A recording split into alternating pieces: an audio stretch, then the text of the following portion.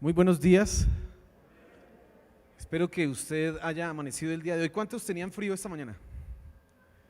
Pero ayer hizo más frío, ¿cierto? ¿O antier? Bueno, yo no sé. A uno les da más frío un día, a otros otro día. A mí me pareció que el día viernes y el día de ayer hizo frío y hoy ya no tanto. Pero no sé, eso como que depende, como amanezca uno. No sé si es que se levantó más calientico o no sé. Pero bueno, yo tengo la costumbre de bañarme con agua fría y eso es un buen hábito, ¿yo? Mire, a las 5 de la mañana usted se baña con agua fría y sale de ahí y queda calientico. Entonces se lo recomiendo. A ver, ¿cuántos dicen amén a eso? Los quiero ver a las 5 de la mañana. Esos baños son de los que se demora usted media hora, ¿no? Media hora, 25 minutos pensándolo y 5 minutos bañándose. Por el frío es tremendo, pero bueno. Quiero que abra su Biblia en Efesios capítulo 1 y nosotros seguimos con nuestra enseñanza del libro de Efesios, vamos adelante y yo sé que tú has sido bendecido porque hemos descubierto lo que Dios ha hecho por nosotros, ¿cierto que sí? Hemos visto las bendiciones de Dios tan tremendas que hemos recibido. Si alguien hoy día piensa que es pobre, si alguien hoy día piensa que le faltan bendiciones, pues no, ya después de haber leído del versículo 3 hasta el versículo 6, ya eso se nos tiene que haber quitado de la cabeza, porque en Dios hemos recibido inmensas bendiciones. Amén. Hoy hemos titulado la enseñanza Redención y quiero que hablemos de eso, redención. ¿Qué es? ¿Qué significa? Y cómo a nosotros eso nos ha tocado y ha cambiado nuestras vidas. Y quiero que tú entiendas algo importante. Antes de leer el versículo, quiero que recuerdes y pienses en algo fundamental. Mire, hace muchos años, una de las tragedias que la humanidad vivió fue algo conocido como el racismo. Y el racismo era una situación en donde usted ha visto películas probablemente o tiene cierta idea. Un hombre adinerado se apoderaba, se adueñaba de otros, los subyugaba, los hacía trabajar de sol a sol, todo para obtener pues mayor riqueza, etcétera, etcétera, etcétera. Y los otros estaban sometidos sin derechos, no eran dueños de nada, no tenían ninguna capacidad de exigir que, espere, súbame el sueldo. No, patrón, yo estoy, me parece que la jornada laboral es muy larga. No, eso ahí no había que alegar que jornada laboral. Era un esclavo, estaba totalmente entregado a los derechos ¿de quién? De su amo. Con el transcurso del tiempo y el desarrollo de la comprensión y el entendimiento de que existen unos derechos y que existe una igualdad ante Dios de todos los hombres, pues bueno, la esclavitud fue abolida en algunos países, en algunos lugares más rápido que en otros, pero hoy día no es normal escuchar esclavitud y sería un escándalo que alguien dijera yo tengo un esclavo. Eso sería un escándalo, pero terrible. Lo que ha sucedido en nuestra época es que la definición de esclavitud, lo que esclaviza o lo que es esclavitud ha cambiado. Entonces algunos dicen que la esclavitud es ignorancia. Ignorancia es esclavitud. Entonces conozco una persona cercana, mi jefe en el trabajo dice, hablando cuando tiene la oportunidad de hablarle a los estudiantes, les dice, sobre todo a las niñas, niñas, la ignorancia es esclavitud. Si usted no estudia, si usted no se prepara, va a ser esclava siempre de ese hombre o de una persona que la saque adelante. Les dice así. ¿Cuál es la definición de esclavitud? La ignorancia. Pero también se habla que la esclavitud es pobreza, que la pobreza es esclavitud y entonces los ricos son los amos y nosotros los pobres pues entonces estamos ahí trabaja y de sol a sol, etcétera, etcétera, etcétera, porque somos esclavos. Ahí por eso viene otra, que el trabajo también es una esclavitud. El trabajo esclaviza.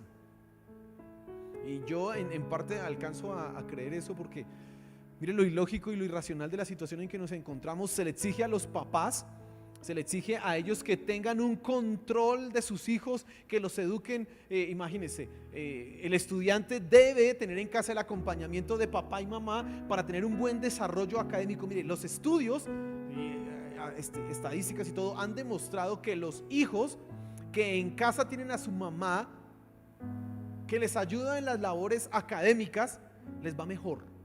Y si esa mamá es profesional, es decir, ella estudió una carrera o algo así, todavía esos muchachos son más excelentes. Pero, a ver, ¿cuántas mamás se pueden quedar en la casa criando a sus hijos? Ay, juiciosas, no, yo voy a ayudar a mi hijo para que salga adelante con las tareas. No, eso hoy día es casi que una ilusión, un sueño. Y entonces nos dice el gobierno, es que ellos tienen que... el bienestar familiar y todos nosotros los profesores decimos lo mismo, es que los papás tienen que acompañar a los niños en su proceso de formación académica, es que los papás tienen que hacerse cargo, es que el colegio no es el que enseña definitivamente todas las cosas, y todo eso es cierto, pero la realidad es que toca trabajar. Y entonces mamá tiene que estar allá trabajando por allá lejísimos, 2 horas de ida, 2 horas de venida, más las 8 horas de trabajo, llega a casa. ¿Usted cree que esa mamá o ese papá tiene ganas de ponerse a explicarle al niño, venga, 2 más 2 es esto, con paciencia? Obvio que no. La esclavitud, entonces dicen que el trabajo es una esclavitud, pero también dicen que hay algo que esclaviza y es la tecnología. Hoy esa es algo muy de moda, ¿no? Que la tecnología, estos aparaticos, vea, tan pequeñitos, pero que se han vuelto los amos y señores de muchas vidas. Hay gente que no hace mucho en su diario vivir porque se la pasa para arriba y para abajo, scroll down, dele y viendo. Y usted sabe que se inventaron algo que es el scroll infinito. ¿Qué quiere decir? Que usted sigue bajando y eso le sigue apareciendo. Y eso es para tenerlo a usted ahí conectado. Entonces la tecnología esclaviza. Y algo más habló de la esclavitud, y ese es Julio Cortázar, un poeta. Él escribió un poema acerca del reloj, y él decía que el reloj nos esclaviza, que el tiempo nos esclaviza. Entonces decía él, cuando alguien te regala un reloj, no sabemos si el regalo es para ti o tú eres un regalo para el reloj, porque en el momento que tú tienes un reloj en el pulso de tu mano, ya te vuelves esclavo de él. Y ya de ahí para allá no puedes vivir sin el reloj, sin el tiempo. Entonces mire cómo ha cambiado la definición de ¿qué? De esclavitud. Pero en todo esto nosotros debemos llegar a una conclusión. Primero, han existido buenas cosas, buenos derechos, avances, proclamas políticas y todo esto que tienen la tendencia de abolir la esclavitud, y nosotros tenemos que aplaudir eso. Nosotros como cristianos no podemos bajo ninguna circunstancia permitir, avalar, estar siquiera de acuerdo con la esclavitud de absolutamente ¿quién? Nadie. Tenemos que estar de acuerdo con eso. Pero entre todas estas cosas que dicen que no hay que ser esclavo de la tecnología, que no hay que ser esclavo del trabajo, que no hay que ser esclavo de, bueno, todos los que les he mencionado, se ha olvidado una, y es la esclavitud del pecado. Y de esa toda la raza humana es esclava hace tanto tiempo y no se da cuenta de la situación en la que está viviendo. Vamos a leer el versículo 7. Y teniendo esto en mente, quiero que tú leamos este versículo y vamos a mirar 2 cosas principalmente en este texto. Y sé que Dios va a bendecir tu vida. Dice ahí Efesios capítulo 1 versículo 7, en quien tenemos redención por su sangre, el perdón de pecados según las riquezas de su gracia. Amén. Mire que nosotros hemos venido bien en detalle hablando de las cosas del libro de Efesios. Usted ya se está dando cuenta que, ok, nos vamos a demorar porque me interesa. Y es más, debería interesarte a ti comprender todo lo que está diciendo el apóstol Pablo, lo que finalmente está diciéndonos Dios de lo que hemos recibido en él. Y quiero que pienses en unas preguntas antes de entrar en materia, y ¿es libres de qué? ¿Cuál es el camino para ser libre? ¿Cómo yo como creyente soy libre? Quiero que pienses en esas preguntas. ¿Y qué significa la libertad para el cristiano? ¿Qué es eso? Y entonces vamos a mirar ahí en orden de aparición del versículo. Dice, en quien tenemos redención, y es el versículo 6, está hablando de alguien, el amado, y ese es el sujeto de todo lo que viene aquí a decirse en el versículo 7. Y entonces dice, en el amado, y coloquémoslo ahí el versículo 6 para que usted tenga presente esto. Dice, para alabanza y la gloria de su gracia, con la cual nos hizo aceptos en ¿quién? en el amado. Y tú tienes que entender primero esta parte. Nosotros hemos sido aceptados por Dios por medio de alguien, y ese es el amado. ¿Y el amado es quién? Jesucristo. Recuerde las palabras que se descendieron, que escucharon Juan el Bautista y las personas que estaban cuando se bautizó nuestro Señor Jesús. Este es mi Hijo amado, en el cual tengo complacencia. Él es el amado, y por medio de Él, en Él es que nosotros hemos sido aceptados por Dios. Fíjate que el pensamiento, como lo está desarrollando Pablo, primero habla de lo que ha hecho Dios Padre. Dios nos eligió, Dios nos predestinó para ser santos sin mancha delante de Él, pero también para ser adoptados hijos suyos. ¿Todo por qué? Porque era su soberana voluntad. Y eso demostraba que su gracia era infinita y debía llevarnos a la alabanza de su gracia y de su gloria. Pero aquí entonces pasamos a ver el cómo Dios permitió que eso que Él había elegido, que eso que Él había determinado antes de todas las cosas de la fundación del mundo, se hiciera realidad. Y entonces el apóstol Pablo en el versículo 7 y de ahí en adelante empieza a declarar cuál es la obra de Cristo. ¿Qué es lo que nuestro Señor Jesús ha hecho específicamente? Y empieza el apóstol Pablo hablando de la redención. Y la redención, tú tienes que entender, significa libertad. Libertad por el pago de un precio. Cuando se habla de redención, se habla de redimir a un esclavo pagando un precio. No había otra opción de liberar a un esclavo, había que pagar un precio, y la palabra es redimirlo. Había que dar cierta cantidad o de dinero o de lo que fuera para poder liberarlo. Bueno, redención es exactamente eso, libertad.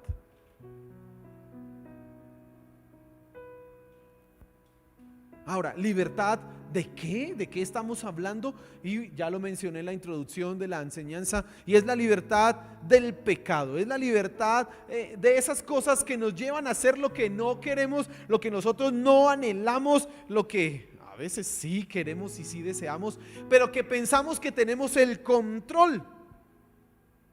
Y tú necesitas comprender fundamentalmente que el pecado esclaviza, porque tú no puedes librarte de él por ti mismo. Escucha eso. El pecado te esclaviza porque tú no puedes ser libre de él por ti mismo. Y vamos a dar algunos ejemplos. Usted puede intentar controlar su mal genio. Sí, y está bien que lo haga. Y hay terapias que dicen que coja un cojín y le pegue puños pero usted no está controlando su ira. Lo que pasa es que la está dando ¿contra quién? Contra el cojín. Pobre cojín. Otros ya no le pegan al cojín, sino que en su mente, es que todo acá, todo sucede aquí y aquí. No hay violencia, quizás no hay palabras ofensivas que destruyan, pero acá en la mente está el rencor, está la ira, está el odio. ¿Y entonces has podido controlarlo? No. Mire que hay gente, y esa quizás es la experiencia de todos nosotros. Duramos un tiempo bien, andando bien en las cosas, y nos acostumbramos y pensamos que eso lo hacemos en nuestras fuerzas. Y entonces vuelvo al ejemplo del temperamento. Usted yo ya tengo controlado mi temperamento, eso ya lo tengo dominado. De repente algo sucede que le demuestra que usted no tiene nada bajo control, y se le sale todo, mejor dicho, los pelos se le pararon y se fue loco, el humo salió por aquí. ¿Y qué pasó? Se transformó porque usted no tiene controlado el pecado. Por eso el pecado esclaviza, porque tú no puedes librarte de él. Eso es lo primero que necesitamos entender. Si alguien pretende que para cambiar su vida solamente tiene que tomar una resolución, una determinación de hacer bien las cosas, está equivocado, porque ese no es el camino que proclama la Biblia. Ese no es el camino que el Evangelio nos muestra. No, ese no es. El Evangelio, la Biblia, por el contrario, nos demuestra que nosotros no podemos librarnos del pecado. Tú no lo puedes hacer por ti mismo.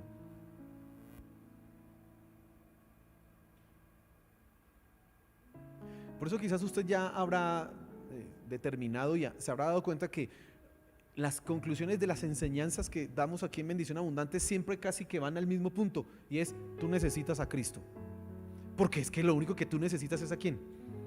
Yo podría decirle a usted esta mañana: toma la resolución. Y el primer paso es que te des cuenta de tu error. El segundo es que lo confieses. El tercero es que tomes decisiones para cambiar. El cuarto, no sé qué cosas. Y entonces le puedo dar a usted un caminito para que controle cierta área. Pero si eso no está acompañado por Cristo, son pañitos de agua tibia, porque del pecado no te vas a librar así. Así no se puede. Solo se necesita el poder de Cristo en nosotros. Eso es lo que se necesita. Pero también necesitas comprender que el pecado esclaviza, porque te somete a la culpa y a la condenación por el pecado. Y entonces es increíble esto, pero la gente sabe que la gente que no es cristiana, los cristianos ya tenemos un sentido de culpa mucho más desarrollado, porque sabemos que hemos pecado y entonces nos sentimos realmente mal cuando fallamos, y pues la culpa es grande. La misericordia de nuestro Dios ha provisto el sacrificio que nos libra de esa condenación y de esa culpa.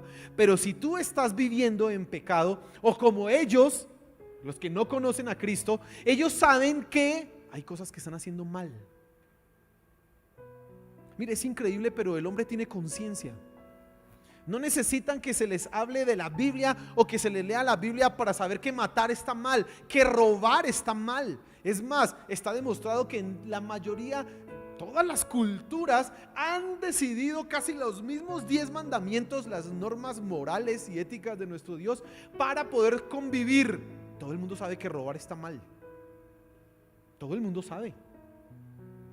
Eso no es un cuento, que no es que la Biblia dice que está mal, entonces por eso es que está mal. No, es que todo el mundo sabe que quitarle al otro algo que él trabajó, pues no, venga, eso no corresponde. Todo el mundo sabe que quitarle la esposa a otro, pues espérese un momento, que eso no tiene ninguna razón de ser.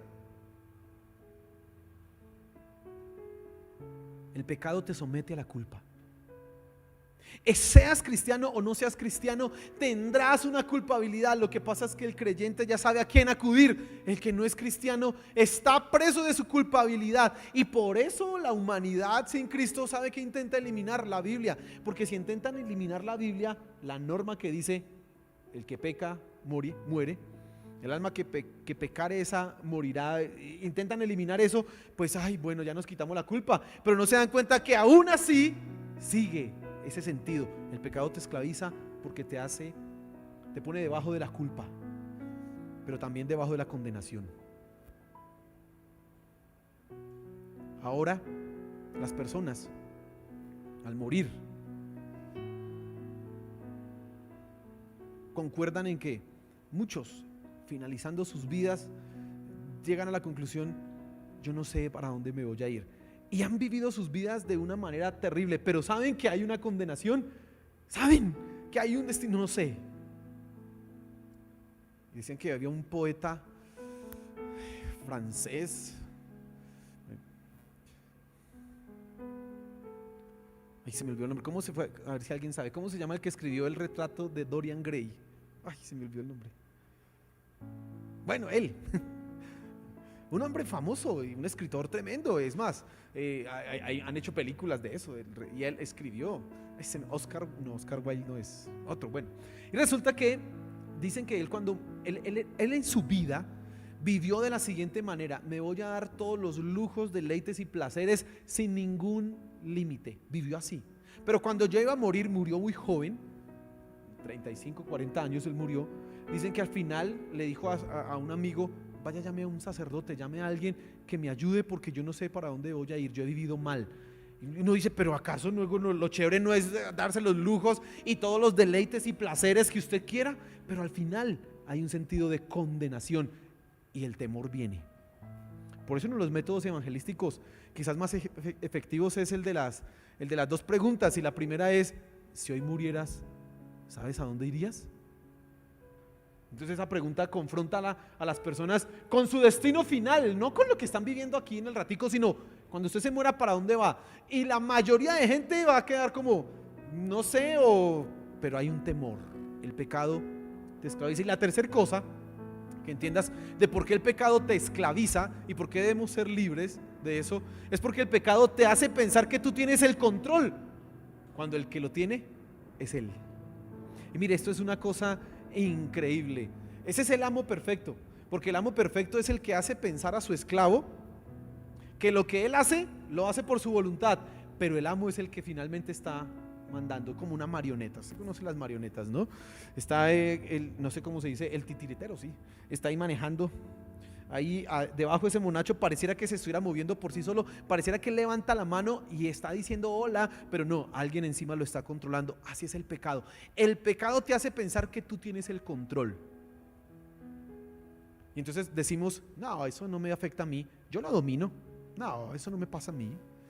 Eso nunca me va a pasar a mí. O sea, no es que yo escuche música que no sea cristiana con un contenido erótico y sexual. A mí no me va a pasar nada con eso. No, realmente eso no, a mí no me va a afectar. No. Que yo me la pase con gente que sea vulgar o que sea de un pensamiento pues, sucio.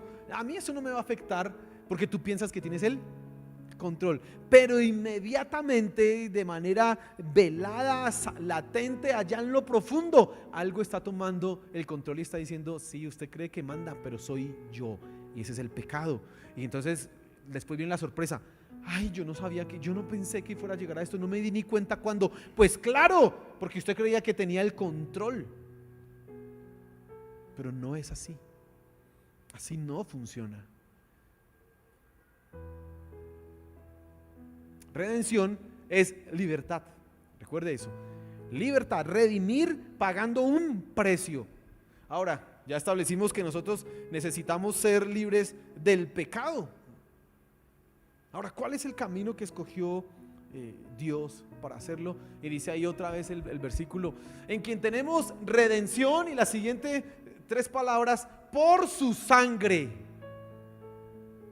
Antes de hablar de esto de por su sangre, fíjese, después de la coma dice el perdón de pecados. La redención está vinculada al perdón de los pecados.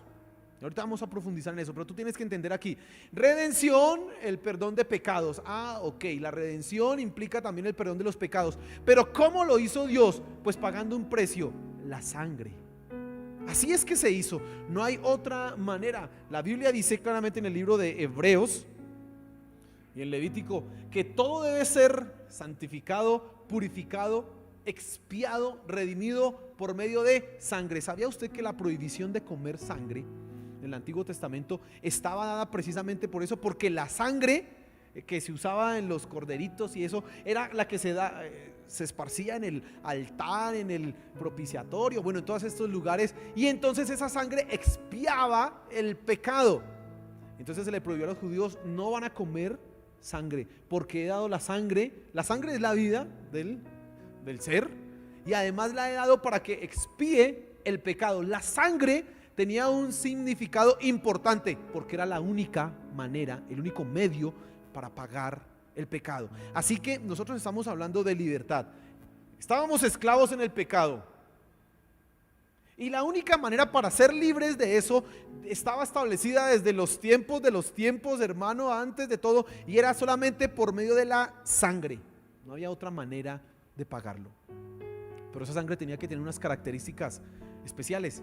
No podía ser cualquier sangre. En primer lugar, esa sangre debía estar libre de esclavitud. Un esclavo no puede liberar a otro esclavo. Primero tiene que ser libre él. Yo les he contado a ustedes que el primer libro que leí es un libro que escribió Alex Haley, se llama, y escribió un libro que se llama Raíces. El libro Raíces es la historia de un negrito que se llama Kunta Kinte. Resulta que Kunta Kinte es un negrito africano, era un negrito africano. Él tenía, la raza de este negrito era, bueno, se me olvidó. Bueno, un negrito, y fue a los 15 años, 13 años, 14, 15 años, fue raptado, secuestrado, traído a las Américas y convertido en esclavo. Después de Kunta Kinte nunca quiso aprender el inglés, lo entendía, pero para él hablar inglés, eso era lo peor, porque él era africano, así que él hablaba su idioma, punto, nada más. Kunta Kinte se casó, tuvo una esposa y tuvo una hija. ¿Y sabe qué es lo más lamentable? Que ese hombre, Kunta Kinte, podía haber trabajado toda la vida y nunca haber librado a su hija de la esclavitud. Es más, ¿sabe qué dice la historia? La vendieron, porque el amo, el dueño del Kunta Kinte, era malo administrador, le fue mal en las apuestas, perdía plata y le tocó vender a la esposa y a la hija, y no podía decir nada. Kunta Kinte. Un esclavo no puede liberar a otro esclavo. Así que la sangre tenía que cumplir una característica, tenía que ser libre ¿de qué? Del pecado. Esa sangre no podía estar contaminada por el pecado. Esa sangre no podía estar esclava del pecado, bajo ninguna circunstancia. En segundo lugar, esa sangre debía ser de un congénere, de un semejante. Y esto es interesante. No podía la sangre de un animal no podía librar la vida del hombre. Aunque en el Antiguo Testamento, en Levítico, usted se da cuenta todos los sacrificios que había que dar. Cada vez que se pecaba, se tenía que hacer el sacrificio. Y entonces usted pecó hoy, vaya a comprar la paloma y sacrifíquela. Usted pecó mañana, entonces va a comprar ahora el becerro, o no, el chivo ahora tocó. Y porque aunque había sangre, aunque se hacía expiación, era incompleta porque no la estaba haciendo un semejante, un congénere. Es decir, el que tenía que pagar la sangre tenía que ser de otro ser humano para que el precio fuera válido. Lo demás eran solamente, como decimos, pañitos de agua tibia. No podía ser de otra manera. Y en tercer lugar, debía ser derramada. La sangre debía ser derramada. En el tabernáculo, en el altar, se sacrificaban los animales y dicen que cogía el sacerdote esa sangre y la rociaba sobre el altar. No creo que eso fuera muy bonito. Imagínense sangre y cuántos pecados cometían los israelitas. No, eso decía, es terrible. Un matadero, un frigorífico, una cosa así. Y en sangre por así, se tenía que rociar. Eso era una cosa. Y entraban al lugar santísimo y allá igual tenía que rociarla, porque la sangre debía ser derramada. Y entonces volvemos al pensamiento del apóstol Pablo. En él, amado, tenemos redención por medio de su sangre. Cristo Jesús nos redimió, nos liberó de la esclavitud del pecado. Y escuche esto atentamente, porque Él fue santo, Él no fue esclavo del pecado. Porque Él fue hombre, completamente hombre, sujeto a nuestras mismas pasiones, con la única diferencia que no pecó. Y porque fue a la cruz. Escucha esto que te quiero decir en este momento. Su vida no te liberó. Sus milagros no te hicieron libre de la esclavitud del pecado. Lo que nos libró fue su muerte. Eso fue lo que nos libró. Su sangre derramada en la cruz del Calvario. Hay una canción que dice que la sangre nos ha lavado. ¿Y por qué esa canción? Quizás en alguien que no sea cristiano y bien moderno diría, y nos lo escuchen uno cantando que la sangre me lava y que esa sangre lávame. Esos son como asesinos, eso y esa gente son cosas raras. Porque nosotros cantando eso y antes levantando las manos, sí, lávame con tu sangre. Y uno, eso, alguien se podría escandalizar. Pero nosotros entendemos la importancia de esto, porque sin derramamiento de sangre no hay remisión de pecados. No hay, es imposible.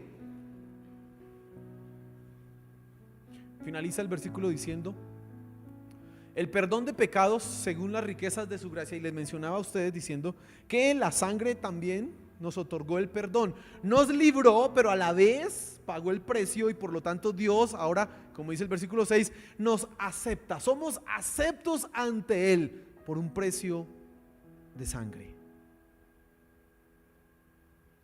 Y todo esto son riquezas, muestras de la gracia de Dios. Y yo te quiero preguntar a ti algo importante.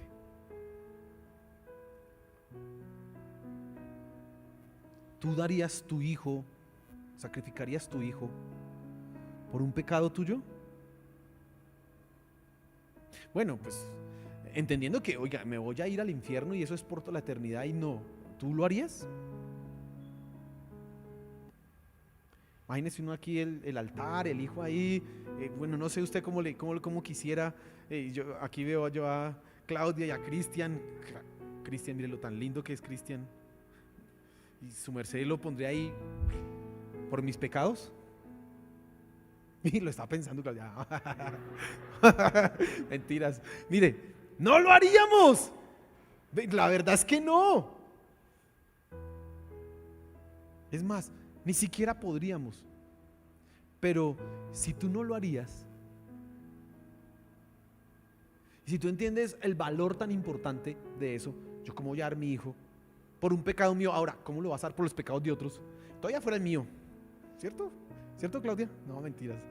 Fue el de otro, me dijo, por el vecino ese pecó y ahora yo voy a dar a mi hijo. No, le tocó el infierno, le tocó. Eso diría uno. Uno no pondría a su hijo, no, mire mi niño, no, le tocó, ¿y quién lo mandó? Soldado advertido no muere en guerra. Uno se pone hasta filosófico y hasta predicador, ¿cierto? ¿Por qué uno no lo hace? Y si tú logras entender eso, tú logras entonces entender el precio de la sangre de nuestro Señor Jesús en la cruz del Calvario derramada. Alguien, Dios, envió a su Hijo unigénito, el único, el amado, el escogido, a morir por los pecados de otros. Él lo hizo. ¿Tú entiendes eso tan importante? Ese sacrificio tan... ¿Lo entiendes? Y si lo entiendes, entonces ¿por qué pisoteas esa sangre de Cristo? Porque pisotear la sangre de Cristo es no vivir en la libertad que Cristo te dio. ¿Y cuál es la libertad que Cristo te dio? Que ya no estás sometido ni sujeto al pecado. Ahora eres libre de él. Y volvemos a decir lo mismo. Y tengo que volver a repetírtelo. ¿Por qué pecas? Si entiendes la sangre de Cristo. Y claro, es que yo soy débil, pastor, es que todos somos débiles. Y Juan también dice en su primera carta que el que diga que no tiene pecado es mentiroso, y si alguien ha pecado, abogado tenemos para con el Padre. Y Romanos, pastor, dice que es que la lucha es dura, pero en el capítulo 8, versículo 1, ahora no tenemos ninguna condenación para los que están en Cristo. Pero si eso es una excusa para que tú peques, no es verdad, no sirve, no es válido. Porque evidentemente sí hay debilidades en mí. Claro que sí hay cosas con las que luchamos. Hay cosas que, yo no quería hacer esto y fallé, Señor. Pero cuando te vuelves un conchudo, ¿qué otra palabra así? Conchudo. No sé qué otro. Y pecas. Y antes dices, es que todos somos débiles. Tú estás pisoteando la sangre de Cristo, que te hizo libre. Amén. Y que te dio el poder para vencer la tentación, porque eso dice que no hay tentación que sea más grande que nosotros, que no hay una tan fuerte que no la podamos resistir. Dice, resistan al diablo y huirá de quienes, de nosotros. Entonces cada vez que tú cedes a la tentación, no es porque es que yo caí. No, usted quiso caer. Porque usted la puede derrotar, usted la puede vencer. ¿Tú entiendes el precio de la sangre de Cristo que te ha hecho libre? ¿Estarías dispuesto otra vez a dar tu hijo por el pecado de otro? No. Alguien lo hizo por ti. ¿Entiendes lo valioso? Y entonces si comprendemos el valor de esa sangre, ¿por qué la pisoteamos? ¿Por qué no vivimos en la libertad que hemos recibido? Y es precisamente: Señor, tú sabes que soy débil, ayúdame porque tu sangre me ha dado libertad. Así que ahora soy libre no para pecar, soy libre para no pecar. Puedo vencer ciertas áreas en mi vida, claro, con el Espíritu puedo vencer en todas. ¿Entiendes el precio de la sangre? ¿Lo entiendes?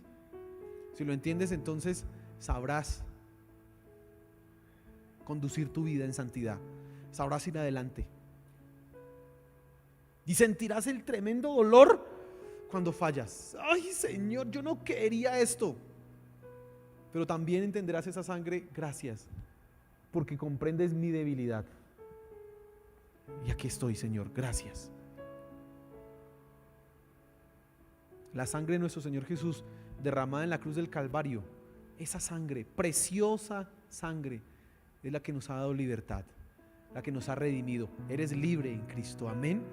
Cantábamos hace un momento una canción me hiciste libre por tu gran amor, me hiciste libre, puedo danzar. Y claro, y soy libre para danzar, para ser feliz, pero soy libre sobre todo para no pecar. Amén. Ponte en pie, por favor.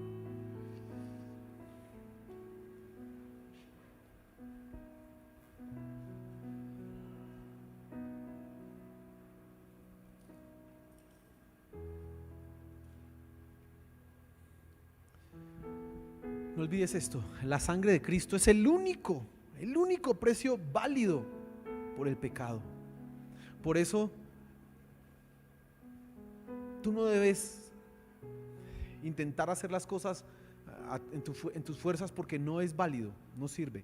Por eso el evangelio es gratuito, porque solamente Dios podía librarnos, solamente Él. Por eso, para ser creyente tú no tienes que es que voy a dar más plata o voy a subir de rodillas a tal lugar para ganar. No, así no es, porque nada de lo que nosotros hagamos podrá impresionar a Dios. Solamente la sangre, morir. ¿Se han visto, ahorita que llega Semana Santa, han visto esos que se dan fuetazos? ¿Sí los ha visto? Ellos creen que lacerarse, flagelarse, les va a significar algo importante. Uno, en sacrificar su carne, pero que Dios quizás está viendo eso y va a tener misericordia.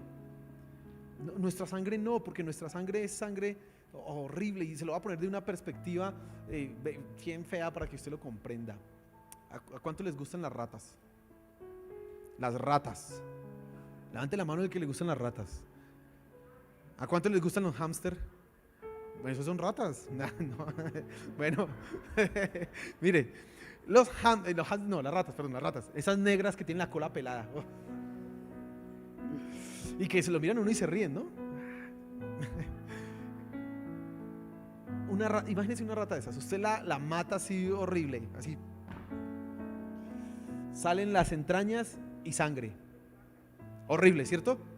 Imagínese que esa sangre es la que usted tiene que untarse para limpiarse los pecados. ¿Lo haría? Bueno, nosotros no podemos pensar que nuestra sangre a Dios le agradará, porque nuestra sangre es inmunda, porque está sucia del pecado. Por eso solamente la sangre de un perfecto, nuestro Señor Jesús, sí, era aceptable ante Él. Gracias a Él, por eso. Entonces esos que se flagelan están perdiendo el tiempo, pobrecitos, se dan juetazos y pierden el tiempo. De nada sirve. Y si tú intentas cambiar en tus fuerzas y hacerlo a tu manera, estás perdiendo el tiempo, porque no es así. Si intentas pagar el precio, no, yo voy a la iglesia juicioso para que Dios me perdone, así no es. Eres perdonado solo por la sangre de Cristo. Solo la sangre de Cristo te ha librado. Acércate a esa sangre, acércate, ríndete, humíllate a Cristo Jesús. Nuevamente, entrégate a Él y vas a ver cómo un milagro sucederá en ti. Amén. Señor, gracias por tu palabra. Hoy entendemos que el único precio válido por el pecado es tu sangre, Señor Jesús. Y a ella acudimos, a ella nos rendimos. Ante ti nos rendimos y nos postramos, Señor Jesús, porque tu gracia, Padre Celestial, ha sido manifiesta y evidente en Él, que nos ha dado vida, paz, libertad. Gracias, Señor. Gracias. No soy esclavo del pecado. No tengo por qué vivir sometido a los deseos de un amo tirano, cruel, que me llevará a la muerte. No. Ahora puedo vivir para ti en libertad. Entregar mi vida a ti en servicio, en amor, en adoración. Gracias. Tú me has hecho libre, Señor. Libre soy por tu sangre. Gracias, Señor. Gracias, Padre Celestial. A ti te adoramos, a ti te alabamos, a ti te glorificamos, Señor Jesús. Gracias, gracias, gracias. Lávanos con tu sangre, límpianos con tu sangre, Señor Jesús. Límpianos con tu sangre. Y si tú no eres creyente, o quizás hace un tiempo dejaste de estar en los caminos de Dios y sabes que has vivido mal y necesitas arreglar las cosas, bueno, solamente tienes que decir: Señor, hoy acudo nuevamente a tu sangre, perdóname. No quiero hacer las cosas mal y sé que ella es la que me dará libertad, así que a ti acudo, Señor Jesús. Me rindo a la cruz para ser libre. Señor, ayúdame. Por favor, Padre Celestial, ayúdame, Señor Jesús. Amén, amén, amén, amén, amén. Un fuerte aplauso.